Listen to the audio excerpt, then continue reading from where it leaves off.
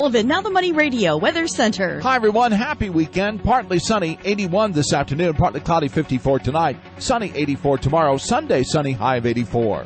Staff meteorologist John Weatherby, Money Radio 1510 and 99.3 FM. 75 degrees now. The Dow is down 43 points at 16,372. S&P 500 down 2 at 1916. The NASDAQ up 15 at 4504. Reporting for Money Radio, I'm Ken Morgan.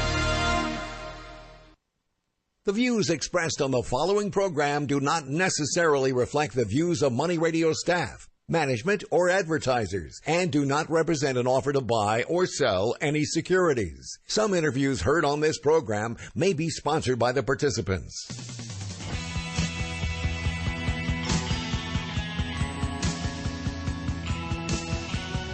It's time for Health Futures with Cypress HomeCare Solutions, Bob Roth. This is Arizona's only show dedicated to providing you with expert advice on how to live a longer, healthier, and happier life. To learn more, call 602-264-8009. That's 602-264-8009. Now, here's your host, Bob Roth. Good afternoon. My name is Bob Roth, and you're listening to Health Futures, Taking Stock in You. We're a weekly show found right here on Money Radio, 1510 AM, 99.3 FM, and on the World Wide Web at moneyradio1510.com. If you're just tuning in, just like you heard at the beginning of the show, our show is called Health Futures. And our show is geared at really the aging adult community and really trying to figure out ways that our aging adult population can live a healthier, happier life. And this thing that we know as healthcare is a moving target. It is changing every day. And with that change, we try to update our listening audience on some of those changes and some of the paradigm shifts that are going on in healthcare. And the real root of our show is really finding great guests that help us navigate through that. And if you're also just listening in, I am the host, but I also own a home care agency that my family and I started 22 years ago. We're here in the Valley, and we care for our aging adult population in their home, providing home caregivers.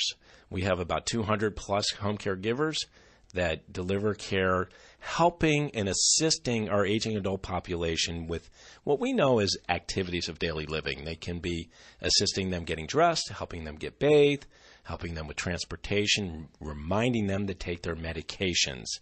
And the real secret to our success is hiring great, outstanding caregivers. So if you're listening in and you are one of those people that have a caring, compassionate heart or know somebody that has that caring, compassionate heart, whether it be a family member, friend, neighbor, please send them over to cypresshomecare.com. They can fill out an online application. They can come and talk to us about how they can help a fellow brother or sister age successfully in their home. So as I said, our success to our show is bringing great guests. And today is no different. I have two incredible guests in the studio. I've got Dr. Randy Clark, who is the Regional Medical Director for IPC Healthcare. And I also have Natasha Krakalucci, and she is the Manager for Patient Coordination and Transitionary Care Coordinator for IPC. Welcome to the show. Thank you. Thanks, Bob. It's good to have you on the show, and I got to tell you, the word transitionary care is something that's really becoming very popular in our space, and our listening audience doesn't really know what that means. So if I could ask you guys if you could describe to me, what does transitionary care mean to IPC and the healthcare world today? Well, maybe I'll start with my background as an internal medicine physician. I was trained here locally at St. Joseph's Hospital, graduated in 2001. And at that time, when you're in the hospital, physicians were not under a lot of pressure to necessarily discharge you from the hospital. Now our hospital systems health plans, when you're in the hospital, due to payment issues, the hospital needs to get you out. And when they need to get you out, you may not be ready to go home. And so there are now transitions of care. And that transition of care from the hospital may be to a subacute nursing home, also called post-acute care. Mm-hmm. It may be to an LTAC hospital. It may be to a rehabilitation hospital. It may be home with home health services. So transitions of care really involve taking your health care and the care for you from one setting to the next. And really, today, in today's medicine, if you would, hospitals are not keeping people as long as they used to. So these transitions are happening much more frequently. And the days where people spent days and maybe weeks in the hospital aren't happening anymore. They're spending as little time as possible, and then they're, as Saul Blair, one of your colleagues, said, they're throwing them over the wall, and they're hoping that they get to the next stop. And that's kind of what's happening out there. Correct. So my original background is in post-acute care. Mm-hmm. So the typical patients that I would take care of, a mom, a dad would have a broken hip or get a serious infection, need an extended course of antibiotics. They would go to the hospital, get that treated, but they wouldn't be well enough to go home, so they would be discharged and transitioned to what we would call skilled nursing care. It's also called post-acute care. Right. And I would take care of those people. And after they would get, generally skilled care involves, you have to have a skilled need. So you might need IV antibiotics, you might need specialized wound care, you'll need skilled therapy, that's physical, speech, occupational therapy. It's not necessarily the medical reason to keep you in the skilled care. And once you've reached your therapy goals, then you would be transitioned to the next level of care. And for some people, that could be long-term care, living in a nursing home for the rest of your life. Mm-hmm. That could be transition to assisted living, or it could be a transition back to home, independent living. Right. And that is happening today, and it is something that we are cognizant of, and that's where, really the emphasis for hospitals, especially the acute setting, is to make sure that they transition. And they've been measured ever since the Affordable Care Act came in. They've been measured to make sure that they don't get people as frequent flyers and they come back. And that's the real challenge. And I think that is really unique in terms of what IPC Healthcare is doing. You guys are helping those people transition, correct? Yes, and that's where my role comes in. So my background is in nursing. I am a registered nurse. Mm-hmm. So IPC realized that there was a gap in care for patients transitioning from one level of care to another.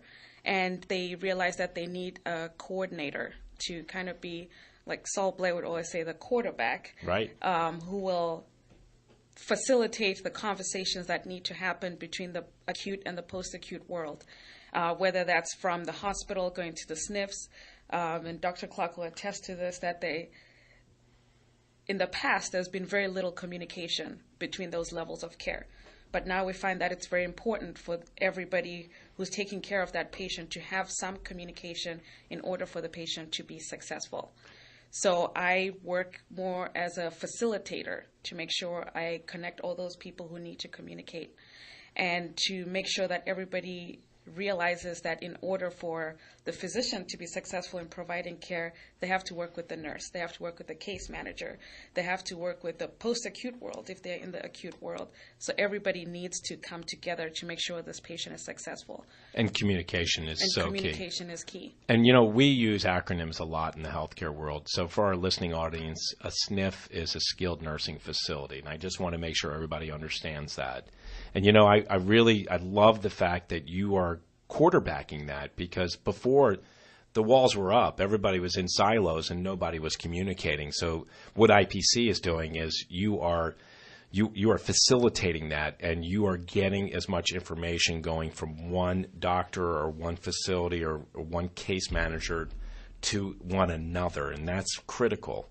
I know we're up against a break right now, and one of the things I want to talk about is the families too, because you're facilitating those dialogues that are happening, because it is important to involve the family, because if transition is going to happen successfully, whether it be into a SNF, a skilled nursing facility, or an assisted living, or in the home, that communication needs to happen. My name is Bob Roth. You're listening to Health Futures. I've got IPC Healthcare in the studio. We'll be right back. Congress has been busy, while in the news with the budget, but behind closed doors, amendments to the budget that affect your retirement planning. Last December, it was turning the pension protection laws upside down. Then Friday, October 30th, it was stopping Social Security filing choices for all but a few. This has now changed the landscape of retirement planning. How will it affect you? Well, it all depends. When's your birthday? When will you be 66? Are you born in 1954 or later? If you aren't exactly sure how these new rules are impacting your retirement plan, then call Fleming Financial Services at 480-632-8770. That's 480-632-8770. Certified financial planner Nancy Fleming and her team will help you develop a plan to create a secure retirement for you. Otherwise, you may be in for a big surprise. By contacting Fleming Financial Services, you may be provided with information regarding the purchase of insurance or investment products. Did you know that every dollar you put in a piece of real estate makes you money 5 ways? Cash flow, money in your pocket each month. Equity capture, the thousands of dollars you create when you have the right team and buy the right property using the right map. Appreciation, real estate doubles in value about every 20 years. Equity buildup, renters pay down your mortgage each month. And finally, the tax advantage. We pay almost no taxes on our cash flow and capital gains. These are the 5 ways we make money in real estate, which is why real estate accounts for more millionaires in the world today than any other investment vehicle. You should have some real estate in your portfolio. To learn how, attend one of our free workshops. Call 866-971-8970 or go to luiphoenix.com and register for the next available workshop. That's 866-971-8970 or go to luiphoenix.com. LiveWatch helps you connect and respond up to 10 times faster in an emergency. LiveWatch has no long-term contracts. Save up to 50% off home security. Call 855-LiveWatch or visit livewatch.com.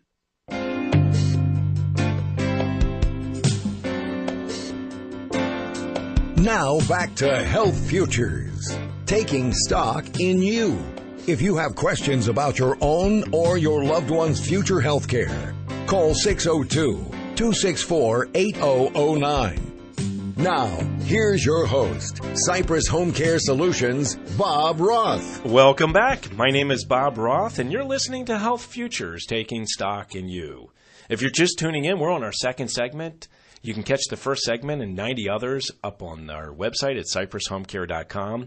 And if you click on the radio button, you can listen to any of the previous episodes as well as the first segment. So for those that are just tuning in, I've got IPC Healthcare in the studio. I got Dr. Randy Clark, who is the medical director, regional medical director for IPC. I've also got Natasha Krakalucci in the studio, and she's the manager for patient coordination and, like we were talking about at the last segment, transitionary care coordination. So for our listening audience, if you guys could, Dr. Clark, if you could steer this, share with our listening audience what is IPC Healthcare, because a lot of us hear about hospice organizations but don't really truly know what they are.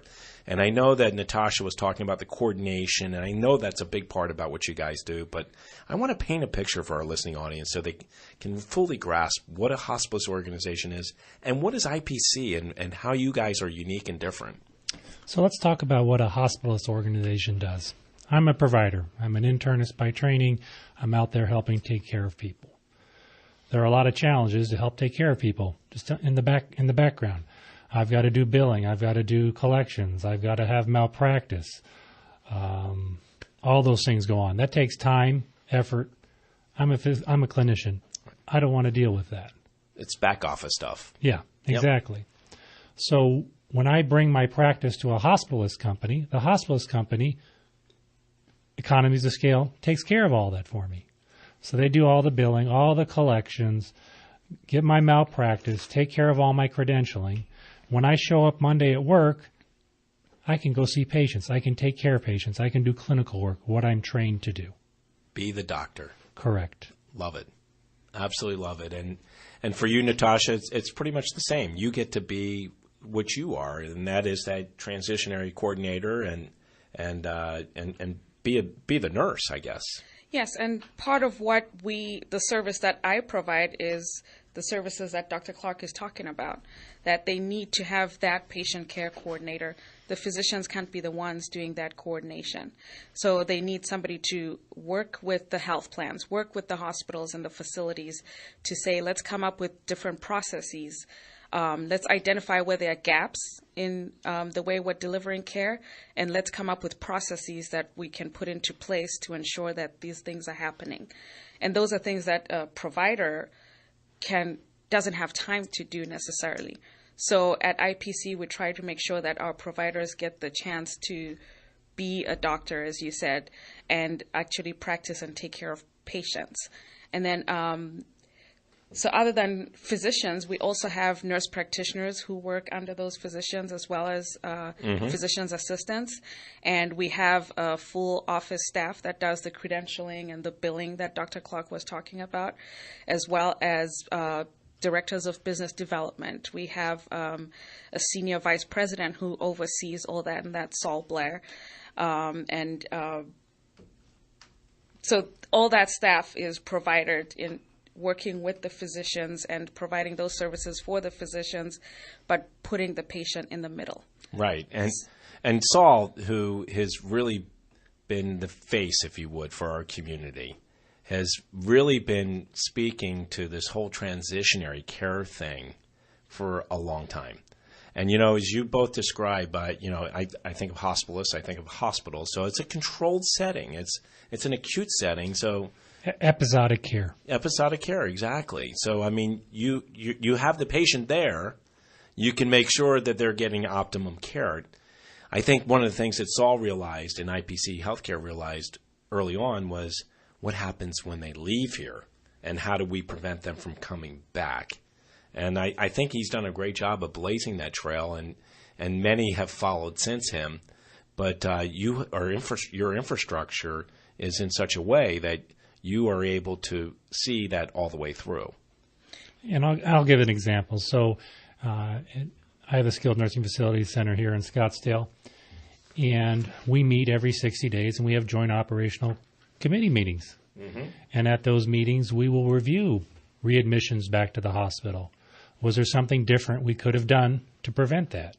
And it's not to sit there and blame everybody and point fingers. It's we're all in this together. Let's find solutions. So we meet every 60 days. How many people went back to the hospital? What is our length of stay for these patients? What are our cost utilizations? As I like to say, we like to the right care at the right place at the right time, and to be stewards of our Medicare dollars. Absolutely.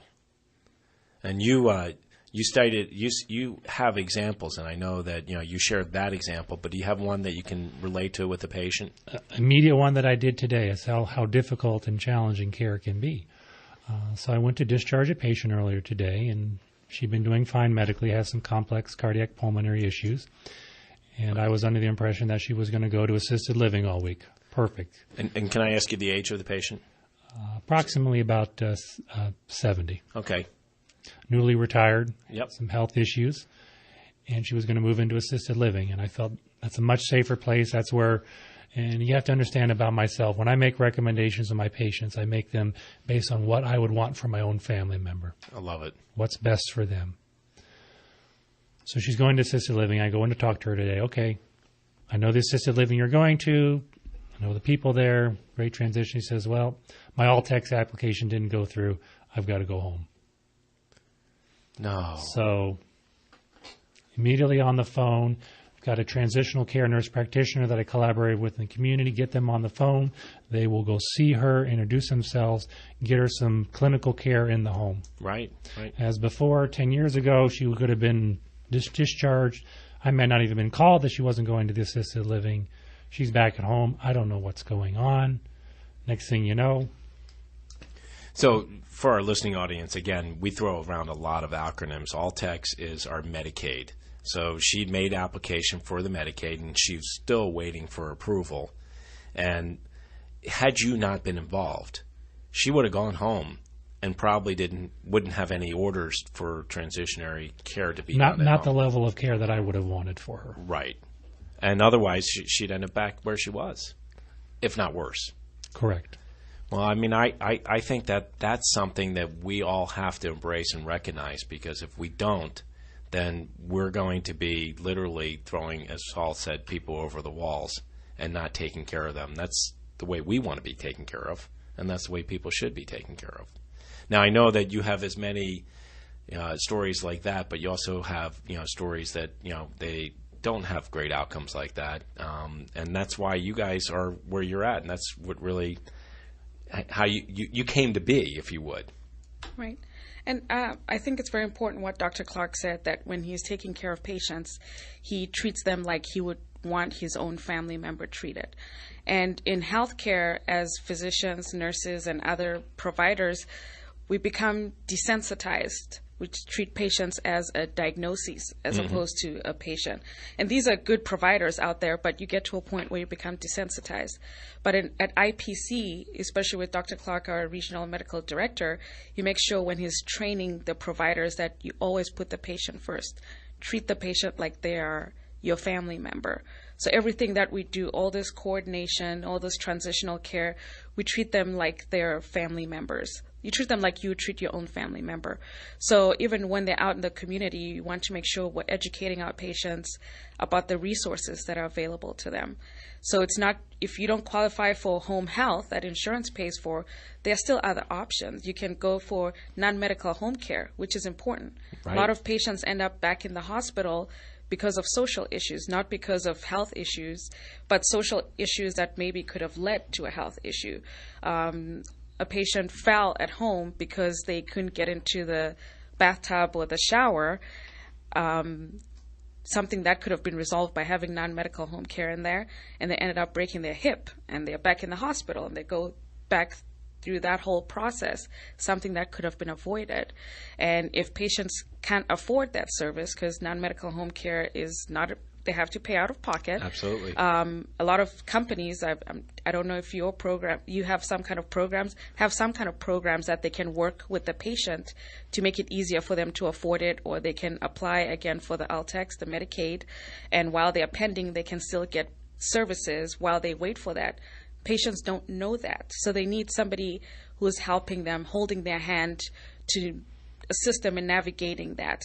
And it's also important to note that we don't want to be the ones doing everything for the patient. We want to guide them and empower the patient, because when you educate them, you empower them, then they're able to do those things. Then they break some habits that a lot of us have had, that, I'm not going to take my medication until I'm really sick. So if they get used to the idea, take your medication as it's ordered by the physician, and you're constantly teaching them that, it gets to a point where it becomes habit for them. So that's what IPC is all about when it comes to transitional care. I love that statement, empowering the patient. And I want to talk about, when we come up on the next segment, it's hard to believe we're down 2, but I want to talk about really the care that people get when they do go home. And, a lot of what we've talked about is more in the acute setting, the hospital setting. But how about when they discharge from that rehab hospital SNF and they go back home and they aren't on All-Tax, which is our state's Medicaid, and they also don't have the means to pay? How do we make sure that they're safe? With that, you're listening to Health Futures, Taking Stock in You. I got IPC Healthcare in the studio. We'll be right back.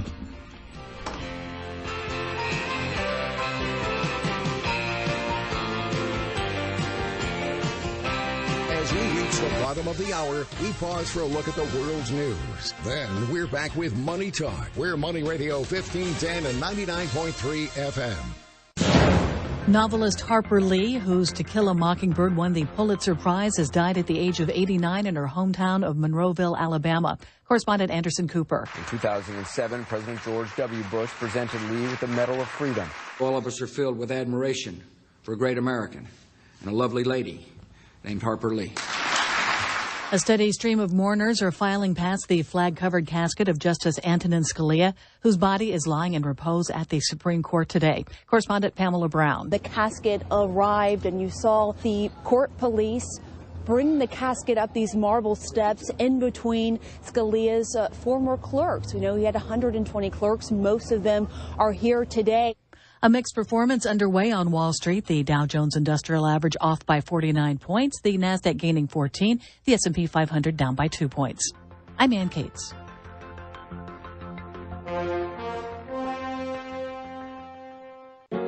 Looking to save money on Medicare Part D? Switch your prescriptions to Walgreens. With copays as low as $1, you could be looking at some real savings. And now you can preview the cost of your scripts before you fill with Walgreens' new Medicare prescription copay quote. And that's kind of a big deal. Walgreens, at the corner of happy and healthy. Quote subject to change and available only for select Part D plans. $1 copay applies to Tier 1 generics. Did you know 1 in 50 people has a brain aneurysm? Every 18 minutes, a brain aneurysm erupts. Half of brain aneurysms result in death. Will it strike you or someone you love? The Brain Aneurysm Foundation is the globally recognized leader in brain aneurysm education, awareness, advocacy, support, and research funding. The Brain Aneurysm Foundation, raising awareness, ending fear. To learn the facts at bafound.org. That's bafound.org. Great tips about investing each weekday afternoon on our new show, The Booker Report. Join Rob Booker as he brings you straight talk about the markets here on Money Radio. Now here's your Bloomberg tax tip brought to you by the financial planning team at IQ Wealth Management. This is a Bloomberg tax tip on ways to protect yourself from tax identity theft. Encrypt tax records stored on your computer. Google how to encrypt if you need directions on how to do that. Make sure your security software is up to date, and seriously, pick a new password you don't use anywhere else. Watch out for less techie scammers, too. Don't pay any callers claiming to be from the IRS. There's some good news to help. The IRS says this year, TurboTax and H&R Block are helping the government track down identity thieves. I'm Peggy Collins, Bloomberg Radio. Why pay more to have your taxes professionally prepared by a licensed CPA with a master's degree in taxation? For a limited time, IQ Wealth clients and Money Radio listeners may have their taxes prepared for 50% of what they paid to prepare last year. That's individual or business. Some restrictions apply. For details, call 480-902-3333. Appointments fill fast. Call now, 480-902-3333. Laura Bramnick is a real estate agent and a real estate attorney. Laura Bramnick is in a unique position to create opportunities for her commercial real estate clients with commercial property sales or purchases, lease negotiations, landlord-tenant relations, creative financing options, and more. Visit talkrealestateaz.com or call 480-624-2705. That's 480-624-2705. To talk with Laura, call 480-624-2705. Hi, I'm Corey Scheidler, owner of Core Fitness. My team of certified personal trainers want to help you look great and get into great shape. We'll listen to your needs and develop a tailored workout that will get you results. We help our clients lose weight, improve their balance, get stronger, and feel awesome. You will have more confidence whether out in the town or playing your favorite sport. You can try us out for 21 days for $21. Call us at 480-620-3000. Email us at Corey, C-O-R-Y, at corefitnessaz.com. LiveWatch helps you connect and respond up to 10 times faster in an emergency. LiveWatch has no long-term contracts. Save up to 50% off home security. Call 855-LiveWatch or visit livewatch.com. I'm Bruce Vail with Your Money Now. Podcasts are gaining in popularity, but advertisers aren't flocking to the medium. Recent data shows about 17% of Americans over the age of 12 listen to at least one podcast each month, up from just 9% in 2008. But for several reasons, big-name advertisers are still wary about committing serious portions of their advertising budgets to podcasts. For one, it's difficult to measure how many people actually tune into a podcast, let alone listen to a host promote a sponsor. And ads are relatively expensive, so it's tough for brands to determine whether the investment pays off. Amazon has acquired the rights to Woody Allen's next feature film. Amazon Studios plans a nationwide release for the yet untitled 1930s set romantic comedy, whose stars include Steve Carell. On Wall Street, stocks remain mixed. The Dow Jones Industrial Average is down 40 points. The Nasdaq Composite is up 17. That's Your Money Now. In business, risks and rewards come with every decision, like moving to the cloud with Office 365. While its benefits include anywhere access and lower costs, cyber threats and user errors can quickly wipe out data and the money you save. Barracuda Essentials for Office 365 provide an added layer of security and functionality for threat protection, email migration, data recovery, and quality of service. Move securely to Office 365. Visit barracuda.com/essentials to learn more. This is an alert. If your business or church is building this year, you're about to pay more than you should. This could mean thousands of dollars more for your office, retail space, church, or warehouse. A General Steel building can save you as much as half the cost and time of similar conventional construction. And we're offering rebates of up to $20,000 to help you build today. Call General Steel for free information that could save you thousands. Call 866-95-STEEL. 866-95-STEEL. That's 866-95-STEEL.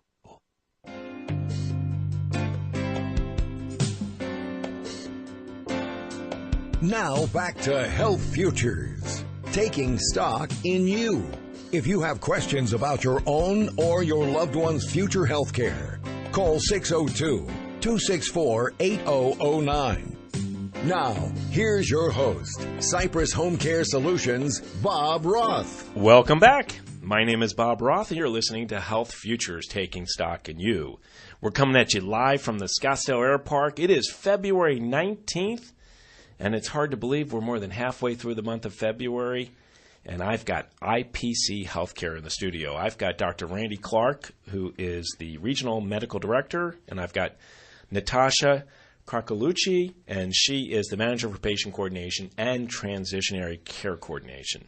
And when we last left off, we were talking about the people that are on All-Tex, which is our state's Medicaid, and we were also talking about those that have means to afford services. Specifically, Natasha, we were talking about non-medical home care services, and we were talking about the services to assist people that are getting discharged, that are leaving the either acute setting, and I pointed out at the end of the last segment, a lot of people are leaving the post-acute setting, and how that transition is happening successfully.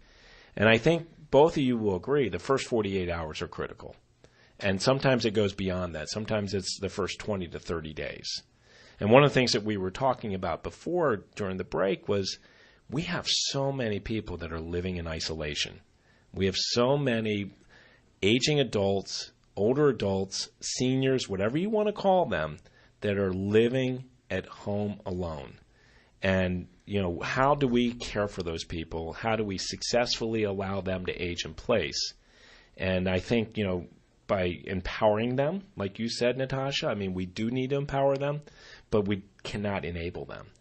And that's the challenge that we're up against. And how do we successfully do that? And I think that's the paradigm shift that we need to overcome, because those that are on our All-Tax Medicaid program will get home and community-based service work. They'll get skilled work, although the skilled is episodic, and the home and community-based service is based on the authorization of hours they get, but at least they do get some care. And if you have means, you can pay for it privately, and you can do that out of your pocket, or if you're so blessed to have thought about it in advance and had long-term care insurance can pay for it. But I think where we're at is that large gap that's in the middle. How do we care for those folks? Well, it's important to educate the patients and give them choices of what's available out there, because a lot of people don't know what's available out there. So it becomes our job to find those resources and educate them. Again, non-medical home care is important to educate the families and the patients about that this is a service that's available to you. You may have to pay out of pocket, but there are some programs that we can work on to make sure you get those services. There are transitional care programs out there that work with hospitals, health plans, and skilled nursing facilities where they can follow you home. They can send out a nurse practitioner or a physician. Dr. Clark had mentioned earlier that he has nurse practitioners who work in the community, where if he's not so sure about a patient going home, he can reach out to that nurse practitioner and say, hey, I have a patient going home. I don't know if they're going to be okay or not. Can you help me? Can you follow up with this patient? They have this condition that they may need a little extra assistance. So it's important for people to be aware of those, not just the patients and families, but also all the facilities that we work with for us to educate them on those resources. To talk about Meals on Wheels, there are some programs that will provide meals for patients when they go home, when they're coming out of the hospital, for free or at very low costs. There are programs for transportation that they can transport the patients to follow up with their providers, their PCPs and their specialists, because sometimes patients end up back in the hospital because they didn't follow up with their PCP because they didn't have transport to get there. They broke their hip, they can't drive, they live alone. So those services are important to educate people about. So it's important to ask the right questions when the patient is going home. And it's also important to find out what the patient's health literacy is. Because as you keep saying, well, LTAC means this and SNF means this. Right. A lot of people in the community don't know what those acronyms mean. To us, we use them all the time, but patients don't know that. So transitional care companies will use the ice cream test to check if patients even understand the food labels. You send them home, they have CHF, you say don't eat sodium. They don't understand what that means. You say don't eat salt. They don't understand what that means. How do you read a soup can label to know exactly what that means? Just how much salt or sodium can I have? So it's important for us, when we're educating those patients, to spell those things out to the patients so they really understand what we're talking about. You know, it really takes a village. It really does. And you know, one of the things that's great about the community that we live in, and there are resources that are available through our state's Medicaid all-tax. You can do things privately, but we also have some not-for-profits that do a really nice job here. You know, Area Agency on Aging is a place that I like to steer people to at least contact them. We have a great organization called Duet. Used to be Beatitude Center Door. We have Caring Corps, Foothills. We've got a lot, Jewish Family Children's Service. We've got a lot of organizations that are available to our consumers out there that need maybe some resources. Like you said, Meals on Wheels. You know, one of the biggest challenges we have with our aging adult population, and I know I'm preaching to the choir, is making sure they eat. And that's one of the first things that we do when we go in and assess a client's home or prospective client's home. We look in the refrigerator. We look in the pantry. We want to know if they're eating. Eating meals is really important, not only from the nutritional standpoint, but certainly the social aspect is so important. You know, I think all of us grew up in a setting where, you know, everything happened in the kitchen. The kitchen is the central nervous system of your family unit. And, you know, for us, in my family, with my daughters growing up, you know, my wife and I made sure we at least had 4, if not 5 dinners together. So, yeah, we ate so we would be nutritionally healthy, but we also communicated. And I think, you know, with our aging adult population, there's so many of them that are sitting there in isolation that don't have that socialization piece. And that's missing.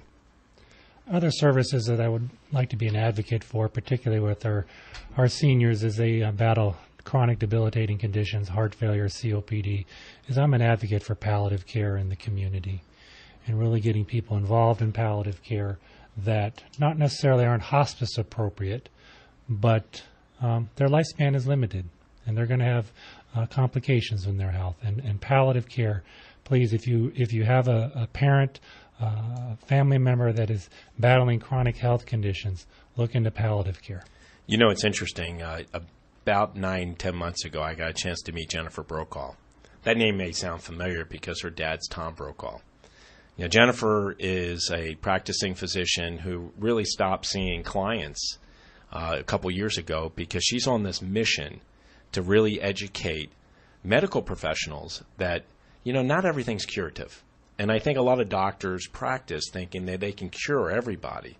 But to your point, Dr. Clark, there are some people out there that have some type of chronic condition that if they went onto a palliative program and received comfort versus trying to go through the curative approach, which would be discomfort, is a much better alternative. We'll talk a little bit more about that. We're up against a break. You're listening to Bob Roth. I've got IPC Healthcare in the studio. You're listening to Health Futures. We'll be right back.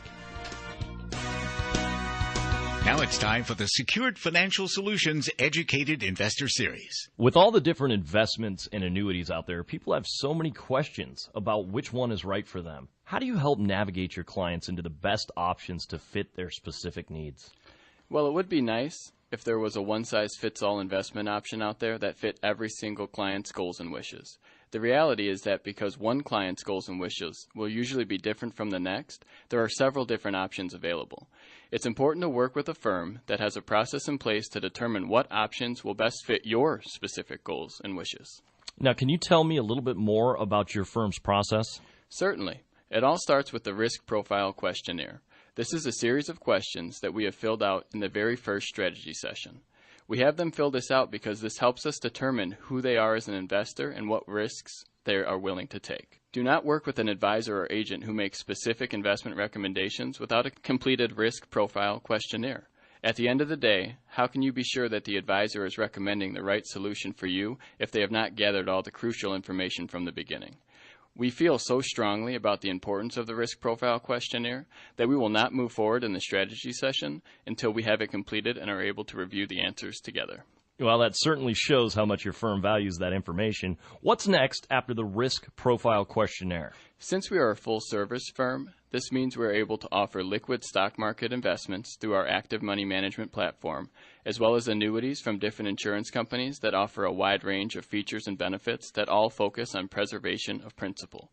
Together, we determine what portion of your assets go into each area to best fit your specific needs. Call Secured Financial Solutions, LLC at 800-957-5604, extension 200, or visit dreamretire.com. Investment advisory services offered through Horder Investment Management, LLC, an SEC-registered investment advisor. Security transactions for Horder Investment Management clients are placed through TD Ameritrade, Trust Company of America, and ED&F Man Capital Markets. Annuity products are offered separately through Secured Financial Solutions, LLC. LiveWatch helps you connect and respond up to 10 times faster in an emergency. LiveWatch has no long-term contracts. Save up to 50% off home security.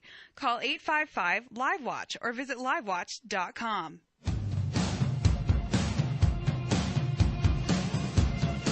Now back to Health Futures, taking stock in you.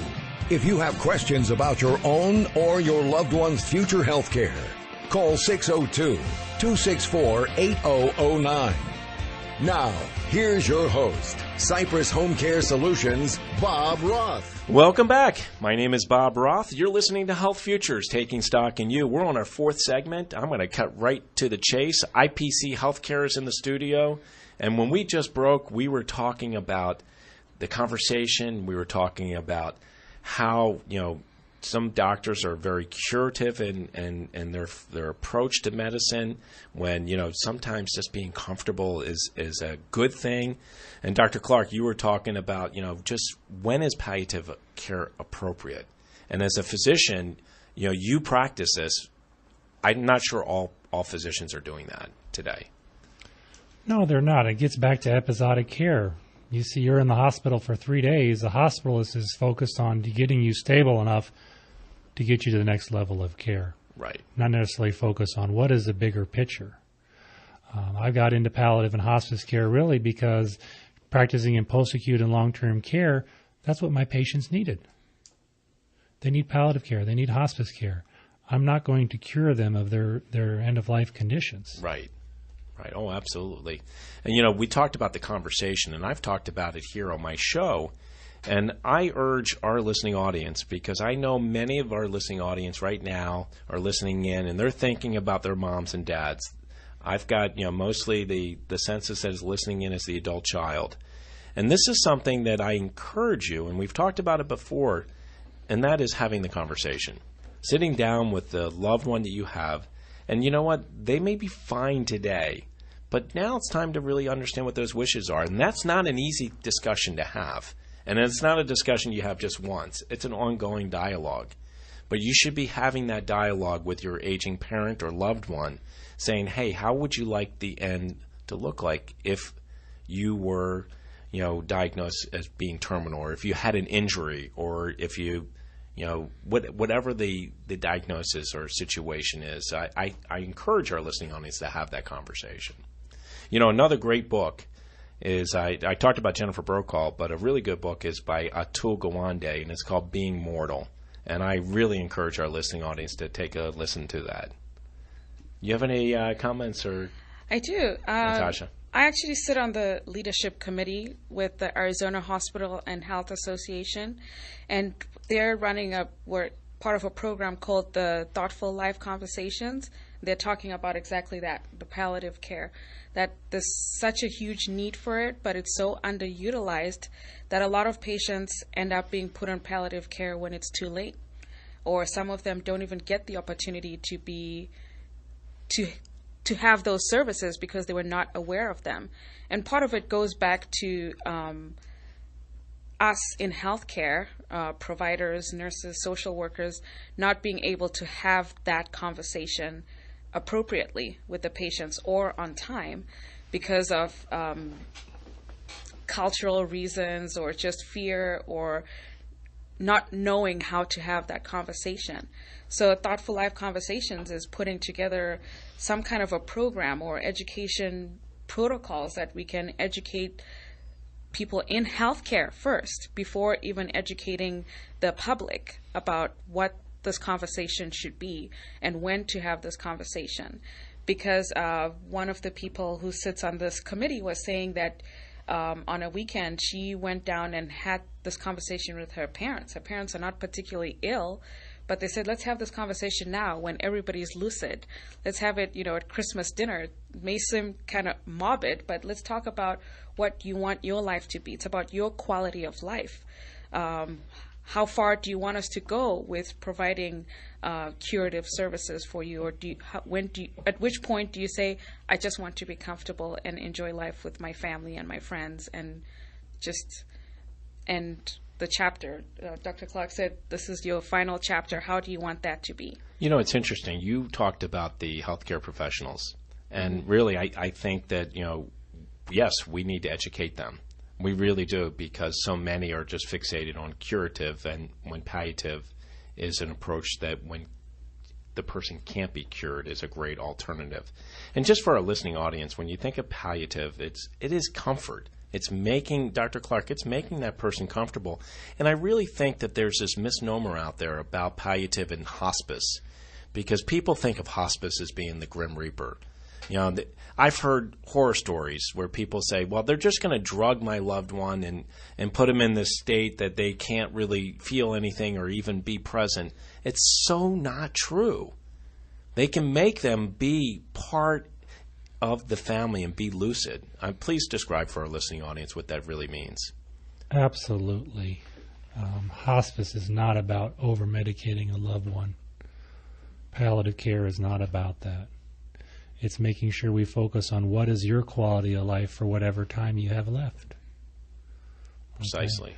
Okay? Medicare guidelines are for hospice care, as Medicare asks us to think that, that your lifespan is less than 6 months. But that's a guideline. As a practicing clinician now for over 15 years, to predict, how long someone has left, and, like you see on the TV shows, I've got 3 months, the doctor says that's hocus pocus. Right.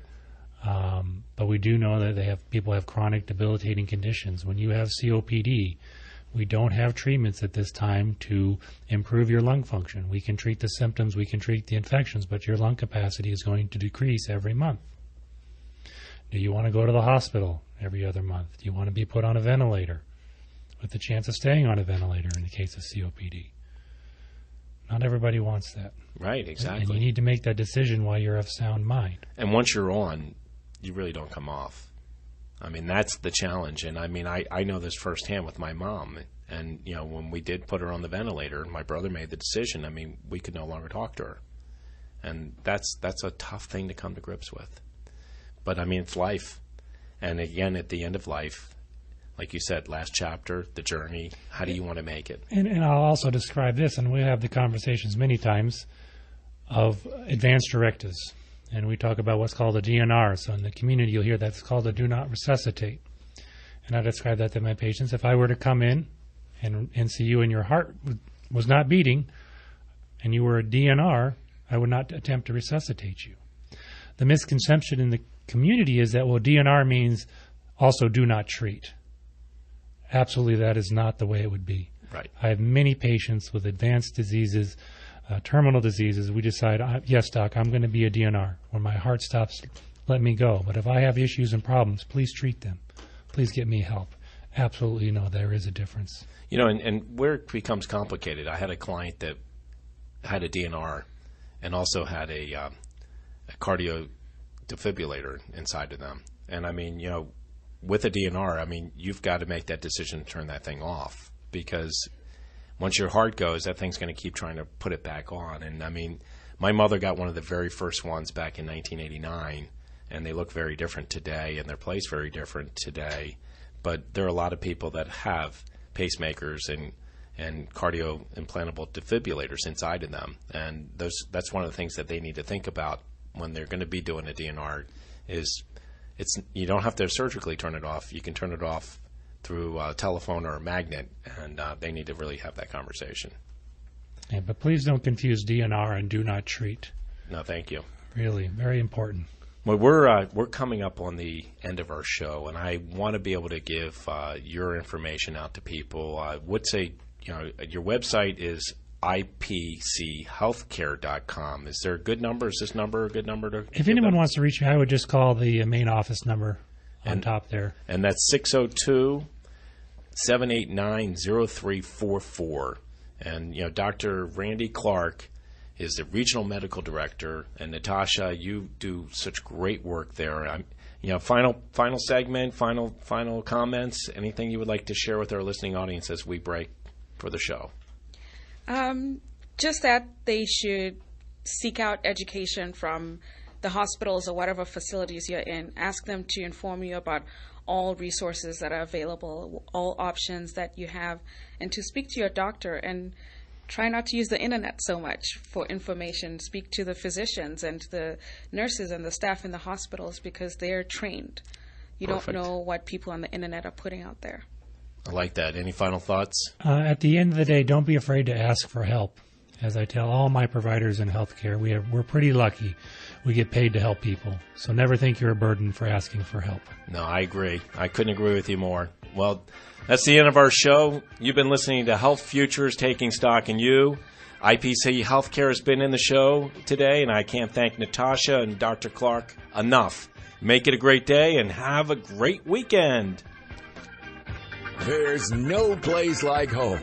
You've been listening to Bob Roth's Health Futures. If you have questions about your own or your loved one's future health care, call Cypress HomeCare Solutions at 602-264-8009. That's 602-264-8009.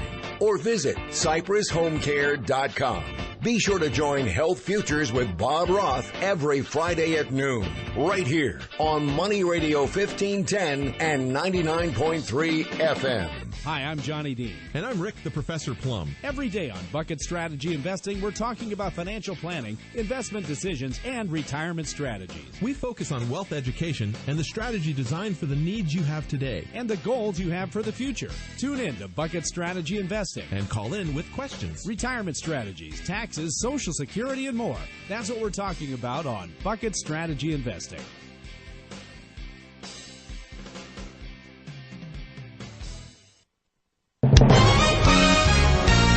Money Radio 1510 and 99.3 FM. Is KFNN Mesa Phoenix and K257CD Phoenix. Don't forget to join American Federal Rare Coin and Bullion's Nick Grovich and IQ Wealth Management Steve Jurich for the Retirement Preservation Workshop. Visit IQWealthManagement.com to sign up. Dow is down 61 points. S&P 500 down 6. The NASDAQ is up 3 points. When people want to talk about money, this is the place they come to. And there's more on the way after this break for the latest news. And we begin now.